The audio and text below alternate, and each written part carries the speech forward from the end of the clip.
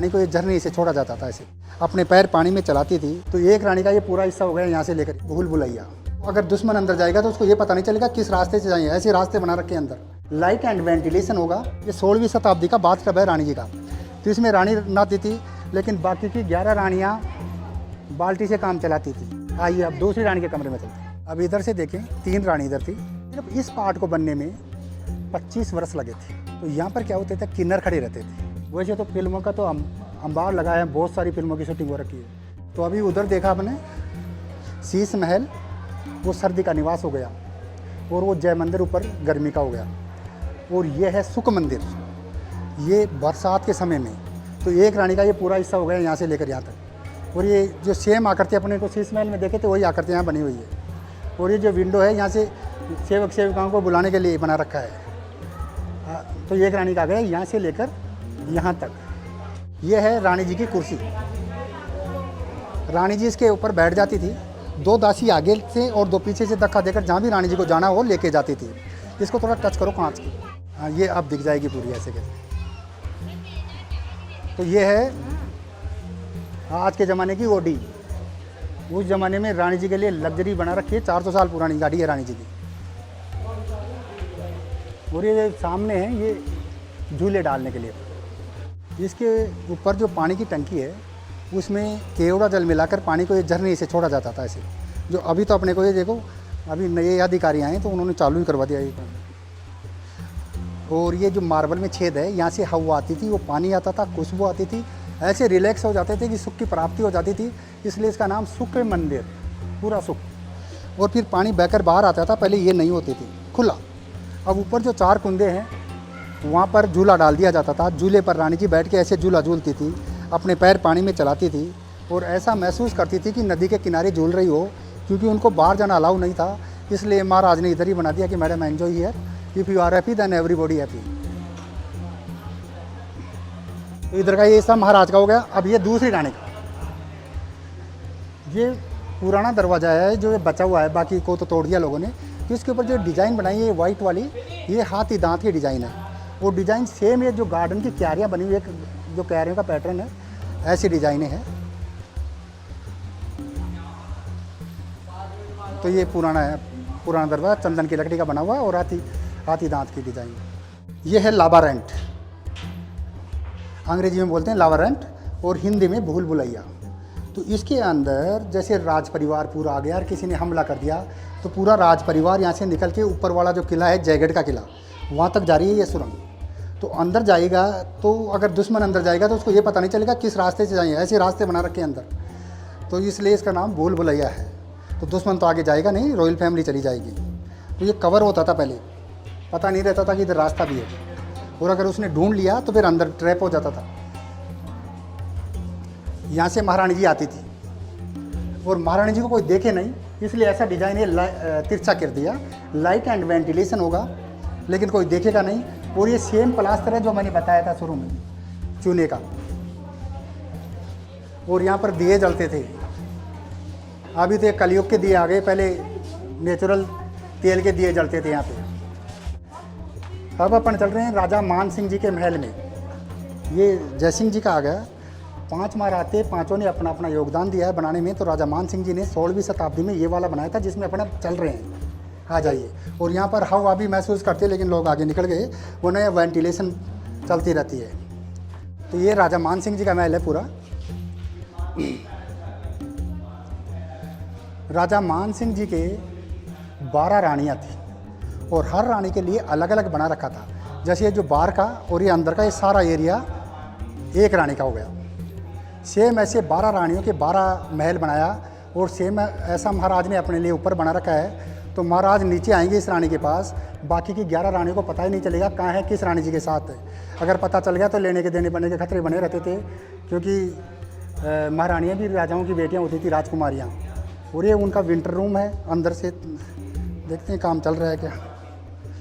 और ये आर्किटेक्चर बनाया ना, ये 16वीं शताब्दी का आर्किटेक्चर है। ये सेम आर्किटेक्चर अपने को बानगढ़ में भी मिलेगा, जो यहाँ से 100 किलोमीटर दूर है ना बानगढ़।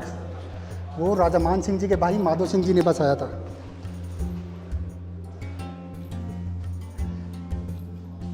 ये उनके विंटर रूम, ये एक ही रानी का है पूरा एरिया यहाँ तक।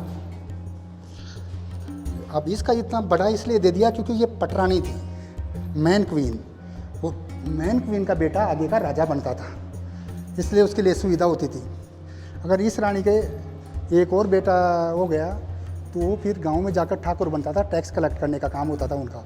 ये सामने रानी जी के लिए बाथ टब बनाया गया था उस ज़माने का, जकूजी। इसके अंदर केसर का केवड़ा चंदन मिला जाता, सेम टेक्निक है, लेकिन इसमें मार्बल नहीं है। उसमें मार्बल था, वो बाद में बना था। ये 16वीं शताब्दी का बाथ टब है रानी जी का। तो इसमें रानी नहाती थी, लेकिन बाकी की 11 रानियाँ बाल्टी से काम चलाती थी, क्योंकि ये पटरानी थी इसलिए उसको दिया गया है। आइए अब दूसरी रानी के कमरे में चलते। ये जनानी ड्योढ़ी बोलते हैं राजस्थानी में इसको। ये पूरा एरिया दूसरी रानी का आ गया। फिर इस दीवार से आगे तीसरी रानी का। तो हर रानी का ये अलग अलग महल है, और इन दोनों रानियों के आपस में बनती है तो ये गेट खोल के कर लेंगे बात। अगर नहीं बनती है तो गेट बंद रख देंगे, ऐसा ही उसके साथ है। और इसके पास ही महाराज का आने का रास्ता वो कोने से है, यहाँ से आएगा। तो इस महाराज को 12 रानी लाने के पीछे कारण ये था, हिंदू धर्म में अगर पत्नी लक्की होती है तो पति पर कोई खतरा संकट आएगा नहीं, इसलिए उसने 12 राशि की 12 रानियाँ रखी कि आज मिथुन लक्की है, कल कुंभ लक्की है, परसों मकर लक्की है। 365 दिन महाराज खतरे से बाहर है, क्योंकि एक रानी हमेशा लक्की रहती थी। हर रानी अपने साथ 15-20 दासियाँ लेकर आती थी। वो दासियाँ कुंवारी लड़कियाँ होती थी जो रानी जी के साथ आती थी। रानी जी उन पर विश्वास करती थी, क्योंकि यहाँ की दासियाँ पर षड्यंत्र के थोड़े वहम रहता था, इसलिए अपना खुद का स्टाफ रखती थी। तो वो लड़कियां इधर उधर घूम के रानी जी को ब्रेकिंग न्यूज़ ला कर देती थी कि मैडम आज तो उस रानी ने तो वो वाली ज्वेलरी पहन ली, या वो कपड़े पहने हैं, या महाराजवा थे। कोई भी प्रकार की न्यूज़ हो रानी जी को मिलती रहती थी, क्योंकि उनका सेल्फ स्टाफ होता था। तो ये दासियों का काम था। और ये पूरी दासियाँ एक साथ इकट्ठी होकर, जो टॉयलेट एरिया है उधर आगे दिखाऊंगा मैं, वहाँ मिल के वहीं गॉसिप होती थी इनकी। ये बीच में सेंट्रल हॉल है, ये मिलने का पॉइंट है इनका। पूरी 12 रानियों को महाराज बीच में बैठते थे और पूरी रानी को बाहर बुलाकर यहाँ मिलते थे। अब इधर से देखें, 3 रानी इधर थी, 1 2 3, देन 3, देन 3, देन 3, और ऊपर महाराज रहते थे। फिर महाराज वहाँ से ऐसे निकल लेते, देखो पतली गली बनी हुई है ना, जैसे यहाँ से निकल के कहीं भी किसी एक रानी के पास उतरेंगे, बाकी 11 रानी को पता नहीं चलेगा कहाँ है, किस रानी जी के साथ है। तो यहाँ पर अभी इधर का जो दीवार है ये तो ऊंचा कराया, ताकि जयगढ़ वाले किले से कोई रानियों को देखे नहीं।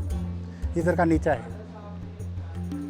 ये सिर्फ इस पार्ट को बनने में 25 वर्ष लगे थे।